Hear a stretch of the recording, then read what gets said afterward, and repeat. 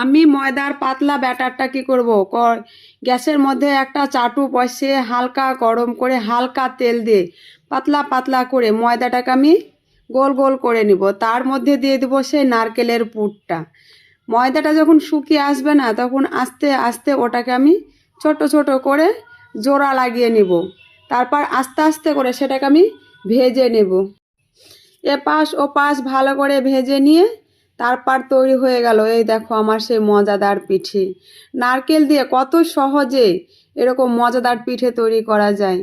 যারা জানো না তারা একবার ট্রাই করে দেখবে, খেতেও খুব সুন্দর হয়। আর ভিডিওটা যদি ভালো লাগে অবশ্যই একটু নতুনদের মাঝে মাঝে ছড়িয়ে দিবে, তারাও যেন নারকেল দিয়ে এরকম সুন্দর সুন্দর পিঠে তৈরি করতে পারে। ভিডিওটা এতক্ষণ দেখার জন্য অসংখ্য ধন্যবাদ সবাইকে।